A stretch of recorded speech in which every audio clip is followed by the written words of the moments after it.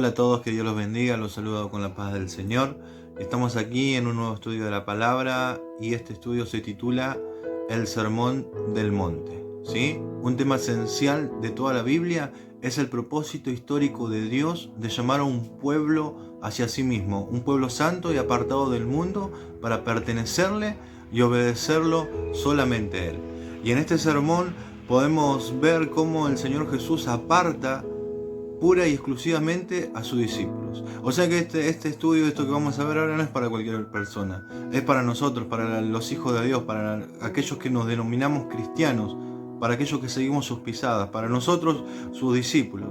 ¿Sí? Dice la palabra que el Señor los apartó como en un retiro espiritual, ¿sí? Donde les enseñó y les dio a conocer el comportamiento que debían tener como ciudadanos de Dios aquí en la tierra, en esencia, en apariencia y en conducta, y también los desafíos y adversidades que sufrirían por caminar en este camino. ¿Sí? El Señor Jesús tuvo un encuentro personal con ellos, donde los apartó de todo, de los escribas, de los fariseos, de todos aquellos que andaban buscando ocasión para encontrarlo en algo raro al Señor Jesús. Dice que los apartó al monte y estuvo hablando al corazón de ellos, enseñándoles la voluntad del Padre, lo que había en el corazón de Dios, para que ellos supieran cómo manejarse aquí en la tierra, para que ellos supieran de qué manera debían actuar, cuál era el carácter que debían tener como hijos de Dios, como cristianos, cuáles eran las decisiones que ellos tenían que tomar, qué eran lo que iban a sufrir, qué iban a padecer en esta tierra, las contradicciones que iban a tener por decidir seguir a Cristo. ¿Sí? Y hoy vamos a comenzar, ¿sí? este capítulo que habla del Sermón del Monte son el capítulo 5, 6, 7. ¿Sí? Y hoy vamos a comenzar hablando sobre las bienaventuranzas. ¿Sí? Todos hemos escuchado alguna vez las bienaventuranzas, pero hay algo que aclarar, algo muy importante, que las bienaventuranzas eran solamente para sus discípulos, para nosotros, no es para cualquier persona. Es para nosotros que estamos siguiendo este camino de verdad. Amén. Y la palabra bienaventurado en esta ocasión donde el Señor la habla proviene del griego macario y es un sustantivo.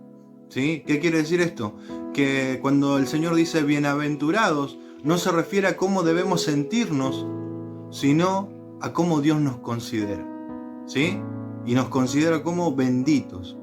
Nos considera benditos a nosotros, los que nos vamos a identificar ahora dentro de esta bienaventuranza, ¿sí? No nos está diciendo cómo debemos sentirnos emocionalmente. No nos está diciendo siéntanse bienaventurados, porque en ocasiones vamos a ver que es imposible sentirse feliz. Es imposible sentirse contento, ¿sí? Pero el Señor no nos está pidiendo que te sientas así, sino que el Señor nos está diciendo que Él nos considera así. ¿Sí? Porque al sufrir, al padecer y al ser parte de estas características que vamos a ver, nosotros vamos a estar dentro de esos bienaventurados para Él. Amén. Otra aclaración muy importante es que no se refiere a 8 grupos, ¿sí? Usted podrá ver, vamos a ver 8. Yo al último lo agrupé en uno cuando habla de los que padecen persecución. ¿Sí? No vamos a ver 8 grupos de personas, sino 8 tipos de cualidades espirituales que debe tener todo cristiano.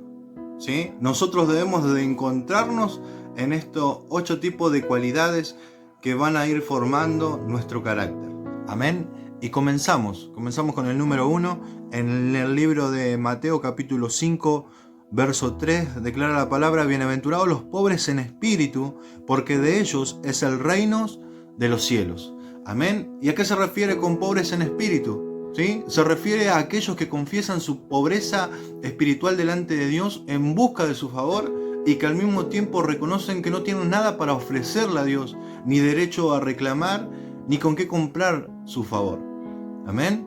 Son aquellos que tienen un corazón sencillo, sincero, que no se presentan como declara la palabra cuando se presentó el publicano y el fariseo delante del templo, que decía: yo Señor, yo no soy como aquel, yo no soy como este, yo no soy como el otro, mira lo que hago, mira.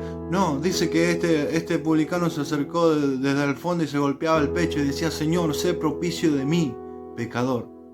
Amén. Es reconocer, es tener esa actitud delante de Dios, reconocer que delante de Él no somos nada y que de Él necesitamos todo, que no podríamos vivir sin su presencia, sin su misericordia sobre nuestras vidas. Amén. Y el reino de los cielos, dice la palabra, que la promesa es que para estos es el reino de los cielos, para esto, para los pobres en espíritu. Amén. Para los pobres, no para los ricos, para los débiles, no para los poderosos, para los humildes de corazón y no quienes se jactan de poder alcanzarlo con sus propias obras. ¿Sí? Seguimos. Punto número 2. Verso 4. Bienaventurados los que lloran, porque ellos recibirán consolación. Amén. No se refiere a la aflicción por la pérdida de un ser querido o de algo muy preciado, sino a la aflicción que produce el arrepentimiento. ¿Sí? Dice la palabra que hay una diferencia muy grande entre Pedro y Judas. Saben que los dos fallaron al Señor. Los dos les traicionaron, porque Pedro había prometido no fallarle y le traicionó, le terminó negando, y Judas terminó entregándolo delante de aquellos que lo buscaban para llevarlo preso. Pero hubo una gran diferencia. Los dos se arrepintieron. ¿Sí? Judas, usted imagínese cuando Judas vio la madera, dice que él se arrepintió. Pero solamente Pedro fue quien lloró amargamente, quien tuvo esa contrición en su espíritu por haberle fallado a Dios. Y de ese lloro está hablando el Señor. Aquellos que realmente viven arrepentidos, aquellos que vivimos realmente arrepentidos por nuestra vida, por nuestros pasados, por nuestros pecados, por aquellos que todavía no podemos cambiar, solo aquellos podrán recibir esta consolación. ¿Sí? Esta consolación que es el perdón gratuito de Dios. Amén. Que es el mejor consuelo que podemos tener, de saber que estamos en línea con nuestro Señor, de saber que no hay nada que se interponga, porque Él nos ha perdonado. Amén. Punto número 3, versículo 5.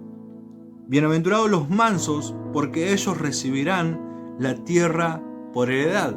Amén. Son aquellos quienes son dóciles ante Dios y ante su palabra, y consecuentemente ante quienes los rodean, ante toda persona que está a su alrededor.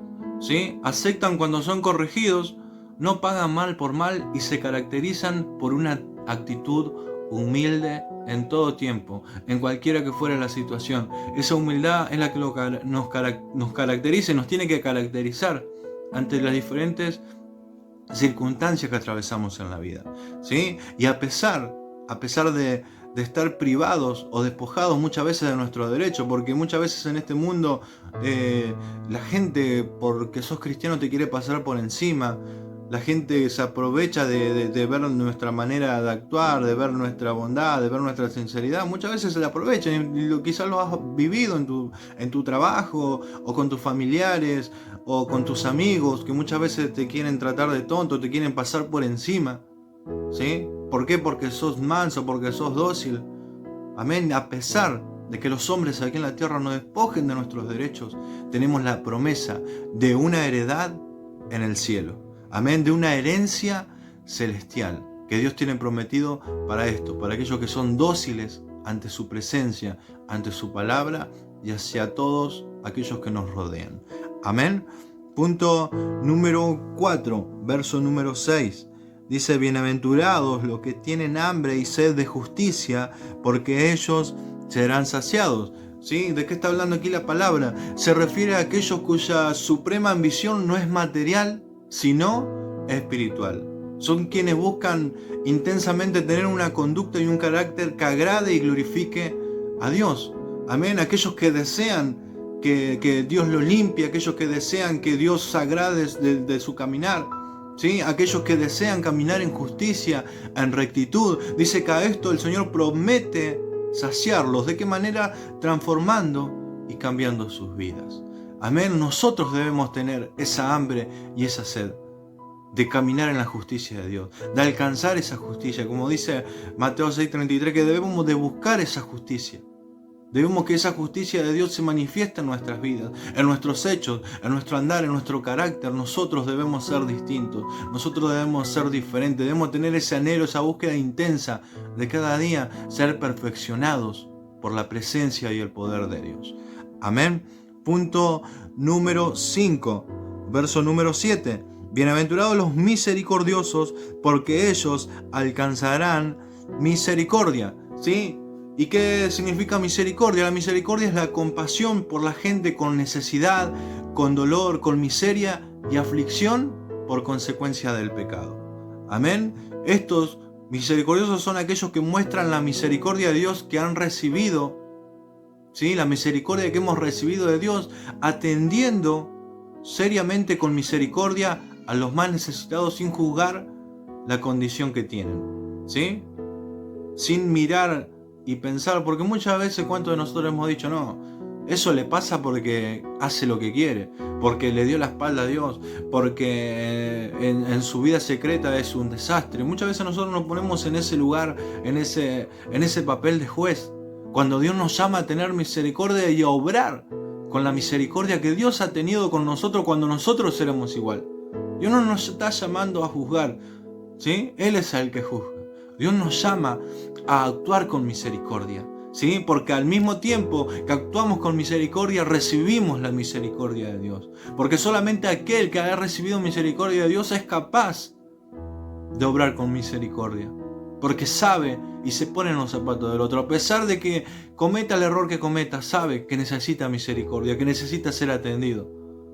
Que necesita, así como un día nosotros necesitábamos cuando estábamos muertos en delitos y pecados, necesitamos que alguien nos extienda la mano, que alguien nos muestre una luz de esperanza, que alguien nos muestre el amor de Dios. Y nosotros debemos, como hijos de Dios, como verdaderos cristianos y discípulos suyos, manifestar la misericordia de Dios, obrando con la misericordia que Él nos ha tratado y que nos trata cada día a cada uno de nosotros. Amén. Punto número 6, versículo número 8. Bienaventurados los de limpio corazón, porque ellos verán a Dios. Amén. Y los de limpio corazón son aquellos que son puros y limpios de corazón, libres de toda contaminación. Son quienes toda su vida pública y privada es transparente delante de Dios y delante de los hombres. Aquellos que no andan con falsedad, aquellos que no se hacen los súper espirituales en la iglesia y después fuera de la iglesia son otra cosa. No, los de limpio corazón son aquellos que cada día se purifican, que aquellos que cada día se someten, se consagran bajo la presencia de Dios para ser perfeccionados. Amén. Porque solamente estos, dice la palabra, podrán ver a Dios. David decía, ¿quién se acercará a tu santo monte? El limpio de manos y el puro de corazón. Y cuando el Señor entra a enseñar, ¿sí? Y a discutir con los fariseos cuando le reclamaban que por qué tus discípulos no se lavan las manos para comer, el Señor le enseñaba que lo que contaminaba no era lo que entraba sino lo que salía, porque lo que salía del corazón. Y si nuestro corazón no está limpio, lamentablemente estamos contaminados y como contaminados contaminamos a otros. Y nosotros debemos de buscar esa pureza en nuestro interior, en nuestro corazón, ¿sí? Que sea purificado, limpiado, para que nosotros un día podamos verle cara a cara, ¿sí? Porque miren qué casualidad Pablo dijo, sin santidad nadie verá al Señor. Amén. Seguimos. Punto número 7. Verso número 9. Bienaventurados los pacificadores, porque ellos serán llamados hijos de Dios. Amén. Y los pacificadores son quienes buscan la paz, predicando el evangelio de la reconciliación para que haya paz entre los hombres y Dios. Amén. Estos son los pacificadores. Amén. Aquellos que obran, ¿sí? Aquellos que hacen la obra de Dios como evangelistas, llevando a las almas a los pies de Cristo, ¿sí? Aquellos que decía Pablo que nosotros nos ha sido dado el ministerio de la reconciliación, ¿sí? Dios por medio de nosotros dice que les dice a las personas que no le conocen, que no se han entregado, reconciliados con Dios. Y ese es nuestro lugar, ¿sí? De pacificadores, de buscar que haya paz entre el hombre y Dios. Amén. ¿Y de qué manera? A través de la predicación, a través de la evangelización, llevar a las almas a Cristo, ¿sí? Para que entre ellos haya paz. ¿sí? Hoy, como un día nosotros, muchos están rebelados en contra de Dios. Hoy, por medio del pecado, hay un distanciamiento total entre los hombres y el Señor mismo. Y nosotros debemos de intervenir, ¿sí? Más allá de que Jesús es el único intermediario entre Dios y los hombres, nuestro papel como cristianos, como discípulos, es testificar esa verdad, ¿sí? Predicar de que se acerquen a Cristo, porque a través de Cristo podrán llegar a nuestro Padre, a Dios. Amén. Gloria a Dios. Dice la palabra, vamos por el número 8, ¿sí? Y último, verso 10. Bienaventurados los que padecen persecución por causa de la justicia, porque de ellos es el reino de los cielos. Bienaventurados sois cuando por mi causa os vituperen y os persigan y digan toda clase de mal contra vosotros mintiendo. Gozaos y alegraos, porque vuestro galardón es grande en los cielos, porque así persiguieron a los profetas que fueron antes que vosotros. Amén. ¿Quiénes son estos? Son aquellos que por vivir justa y rectamente y por predicar el evangelio de Jesucristo sufren oposición y son injuriados, denigrados y calumniados. ¿A quién no le ha pasado? Que por querer hacer las cosas bien, tu familia te empieza a tratar mal. Tus vecinos ya te miran de reojo, ya no te quieren ni saludar. Los compañeros de trabajo ya te tratan como sapo de otro pozo. Amén. ¿Por qué? Porque nuestra manera de vivir, ¿sí? Porque hemos elegido una manera distinta de vivir para agradarle a Dios y porque predicamos este evangelio de la verdad, porque testificamos de Jesucristo. Por eso dice, cuando los persigan y cuando por mi causa digan toda clase de injuria en contra de ustedes mintiendo. Y todo eso es lo que estamos padeciendo muchas veces por querer hacer lo bueno, ¿sí? Porque nosotros debemos de entender y debemos de tenerlo claro en nuestra mente, que no está mal que a toda la gente le caigamos bien. No está mal que no te quieran, no está mal que muchos te odien, no está mal que muchos no le agrade tu forma de hablar, no le agrade tu forma de actuar, no está mal porque el Señor lo dijo, que muchos se van a rebelar, muchos se van a oponer por querer ser diferente, por querer seguir a este Jesús que estamos predicando.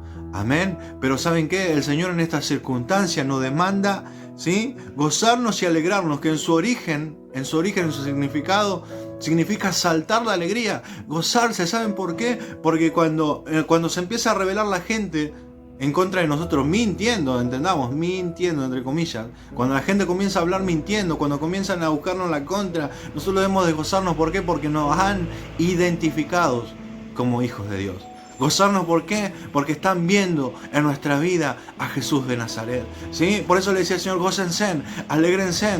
¿Por qué? Porque en ustedes me están viendo a mí, ¿sí? No porque nosotros hayamos logrado nada, sino porque Dios está manifestando su obra en nuestras vidas, ¿sí? Por eso, hermano, hermana, yo a través de este estudio y a través de esta palabra quiero animarte, ¿sí? Quiero animarte a que nos reenfoquemos en el propósito de Dios, a que veamos y entendamos lo que Dios quiere para nosotros, cuál es el carácter que quiere que surja de nuestras vidas, cuál es el comportamiento que debemos tener en esta tierra, ¿sí? Nosotros debemos ser diferentes a todos ellos, nosotros debemos no pagar de la misma manera, nosotros debemos de actuar de otra manera, debemos de actuar como el Señor nos enseña en su palabra. Amén. Por eso que puedas estudiar, yo traté de ser lo más breve posible para no extenderme en el video, pero como te digo siempre, si tenés alguna duda, alguna pregunta o algo que no hayas concordado conmigo, no piense que lo sé todo. Siento en mi corazón el peso, la carga de compartir lo poquito que sé con ustedes, y si hay algo que no has entendido, lo vemos juntos, lo estudiamos un poquito más. Amén. Pero lo importante es que tengamos en claro que el Señor nos quiere enseñar a nosotros, a sus hijos, a sus discípulos, porque esta palabra no es para tu vecino, no es para aquel que no conoce a Dios, es para vos, es para mí, es para nosotros que hemos determinado en nuestro corazón seguirle y seguirle hasta el final. Te mando un fuerte abrazo, que Dios te bendiga y nos vemos, si Dios quiere, en la segunda parte del Sermón del Monte. Bendiciones.